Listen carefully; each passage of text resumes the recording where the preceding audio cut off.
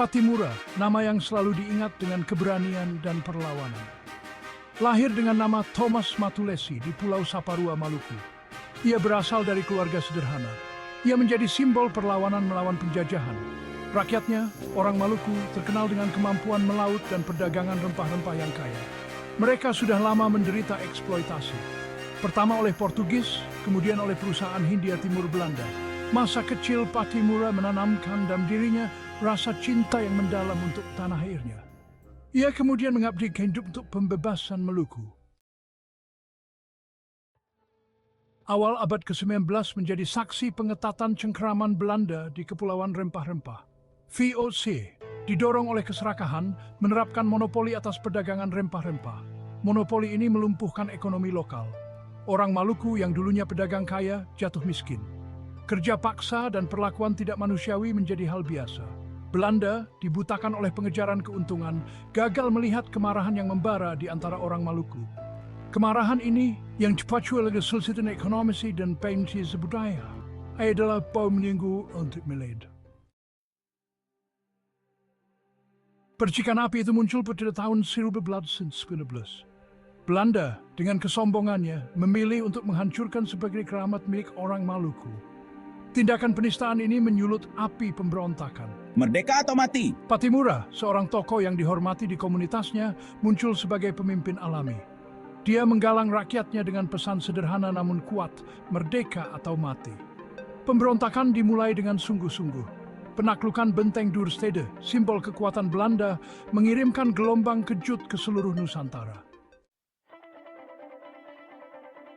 Kabar pemberontakan menyebar seperti api. Dari mulut ke mulut, dari desa ke desa, berita ini membawa harapan dan semangat baru bagi rakyat Maluku. Mereka tahu bahwa ini adalah saat yang telah lama ditunggu-tunggu, saat untuk bangkit melawan penindasan. Dari pulau ke pulau, seruan untuk angkat senjata bergema. Setiap orang, dari yang muda hingga yang tua, merasakan panggilan untuk berjuang demi kebebasan. Mereka mulai mempersiapkan diri, mengasah senjata. Kita harus bersatu melawan Belanda. Hanya dengan persatuan kita bisa mengalahkan musuh yang kuat ini. Jangan biarkan perbedaan memecah belah kita. Bersama, kita adalah kekuatan yang tak terkalahkan. Patimura, seorang pemimpin yang karismatik dan strategis, menyatukan kerajaan-kerajaan Maluku yang sering terpecah belah. Dengan kebijaksanaannya, dia berhasil mengumpulkan dukungan dari berbagai suku dan kelompok. Dia memahami bahwa front yang terpecah akan runtuh melawan kekuatan Belanda. Oleh karena itu, dia merancang strategi yang cermat dan mempersiapkan pasukannya dengan baik. Dia mendorong rasa identitas bersama. Dia mengingatkan mereka bahwa mereka adalah satu bangsa, satu darah, dan satu tujuan. Dia menekankan musuh bersama dan impian Maluku yang merdeka.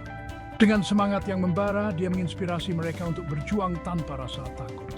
Untuk tanah air dan kebebasan kita akan berjuang sampai titik darah penghabisan. Tidak ada yang bisa menghentikan kita sekarang. Di bawah panjinya, para kepala suku, penduduk desa, dan pejuang dari berbagai pulau berdiri bahu-membahu. Mereka bersatu dalam semangat dan tujuan yang sama. Mereka siap berjuang untuk tanah air dan kebebasan mereka. Dengan tekad yang kuat dan hati yang penuh keberanian, mereka maju ke medan perang, siap menghadapi segala rintangan demi masa depan yang lebih baik. Bagian kelima. Aliansi yang tangguh. Patimura, ahli strategi yang cerdik, tahu bahwa orang Maluku tidak dapat memenangkan pertempuran ini sendirian. Dia menjangkau kerajaan-kerajaan tetangga. Dia menjalin aliansi berdasarkan keuntungan bersama dan kebencian bersama terhadap penindasan Belanda. Kesultanan Tidore, sebuah kerajaan maritim yang kuat, menjawab panggilannya. Mereka memberikan dukungan angkatan laut yang penting, menantang dominasi Belanda di laut. Aliansi ini signifikan mendukung orang Melayu memberikan calon perang. Mereka ada ancaman besar kolonial Belanda. Bagian keenam, respons Belanda. Belanda yang awalnya lengah oleh keganasan pemberontakan berebut untuk mendapatkan kembali kendali. Mereka mengirimkan bala bantuan ke Maluku. Mereka melancarkan serangan balasan yang brutal, bertekad untuk menghancurkan pemberontakan dan menjadikan para pemberontak sebagai contoh. Strategi mereka sangat bergantung pada memecah belah dan menaklukkan. Mereka mengeksploitasi persaingan yang ada di antara kerajaan-kerajaan Maluku menawarkan hadiah yang menggiurkan untuk pengkhianatan. Belanda cuma setiasan mereka yang lebih sungguh, sering berbebut bendusan di serza dan nimbul sambat korban. Bagian ketujuh, benih pelisihan. Tragisnya, strategi Belanda mulai membuahkan hasil. Janji amnesti dan hadiah menabur benih perselisihan di antara orang Maluku. Beberapa pemimpin yang terombang-ambing oleh kepentingan pribadi atau takut akan pembalasan Belanda memilih untuk meninggalkan aliansi. Mereka tergoda oleh janji-janji manis yang ditawarkan oleh Belanda yang pada akhirnya hanya memperburuk situasi. Konflik internal ini menciptakan cilang di manplay Belanda untuk memperkuat cengcangkram di wilayah tersebut. Pengkhianatan ini melemahkan perlawanan kita, membuat kita rentan terhadap serangan Belanda. Tapi kita harus tetap teguh. Kita berjuang untuk kebebasan kita, dan kita tidak boleh membiarkan kemunduran ini menghalangi kita. Kita harus mengingat bahwa perjuangan ini bukan hanya untuk kita, tetapi juga untuk generasi mendatang. Setiap pengorbanan yang kita buat adalah untuk masa depan yang lebih baik. Kita harus bersatu kembali, mengesampingkan perbedaan kita dan fokus pada tujuan bersama kita. Pattimura, meskipun mengalami kemunduran, tetap teguh. Dia terus menginspirasi para pengikutnya yang setia, mendesak mereka untuk memperjuangkan kebebasan mereka. Dengan semangat yang tak tergoyahkan, dia mengingatkan mereka akan pentingnya persatuan dan keberanian. Pattimura tahu bahwa hanya dengan bersatu mereka bisa mengalahkan penjajah. Dia menekankan bahwa perjuangan mereka adalah simbol harapan dan kebanggaan bagi seluruh Maluku. Setiap langkah dari CIB itu sing penuh keberpancing bersid.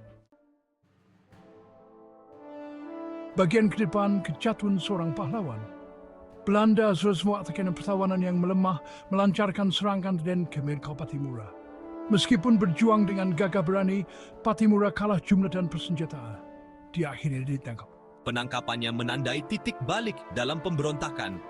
Kita harus menjadikannya contoh. Belanda itu menjadikan contoh membuat dia diadili. Persidangan itu yang sejadi Svan Pamisiang menatakinya salah sebagai pengkhianatan. Dia dijatuhi hukuman mati. Bagian ke-9, warisan seorang martir. Ini adalah kisah tentang seorang pahlawan yang keberaniannya melampaui batas-batas kematian. Pada tanggal 16 Desember 1911, Pattimura bersama dengan letnan terdekatnya dieksekusi dengan cara digantung di Ambon. Hari itu menjadi saksi bisu dari keberanian yang tak tertandingi. Kematiannya bukannya memadamkan api perlawanan, malah semakin menyulutnya. Semangat perlawanan menyebabkan api yang tak bisa dipadamkan, menginspirasi banyak orang untuk bangkit melawan penindasan. Bahkan dalam menghadapi kematian, komitmen saya terhadap kebebasan tetap tak tergoyahkan. Kata-kata ini menggema di hati para pejuang yang mendengarnya, memberikan mereka kekuatan untuk terus berjuang. Keberanian Pattimura dalam menghadapi kematian, komitmennya yang tak tergoyahkan terhadap kebebasan, mengubahnya menjadi seorang martir. Ia menjadi simbol keberanian dan pengorbanan yang tak terlupakan. Ia menjadi simbol perlawanan Indonesia melawan kolonialisme.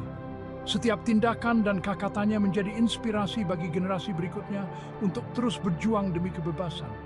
Kisahnya yang diturunkan dari generasi ke generasi menjadi pengingat akan harga kebebasan dan semangat pantang menyerah rakyat Maluku. Setiap cerita yang diceritakan, setiap kenangan yang dihidupkan kembali adalah bukti bahwa warisan seorang martir tidak pernah pudar. Bagian ke-10, semangat Pattimura tetap hidup. Hari ini Pattimura dihormati sebagai pahlawan nasional di Indonesia. Gambarnya menghiasi uang kertas Rp1.000 Indonesia.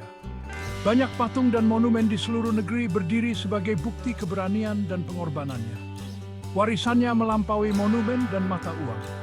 Semangat perlawanan Pattimura terus menginspirasi generasi-generasi rakyat Indonesia. Dia mengingatkan mereka untuk memperjuangkan keadilan, kesetaraan, dan hak untuk menentukan nasib sendiri. Dia adalah suara harapan, simbol persatuan, dan bukti kekuatan di jiwa manusia dan menghadapi penindasan.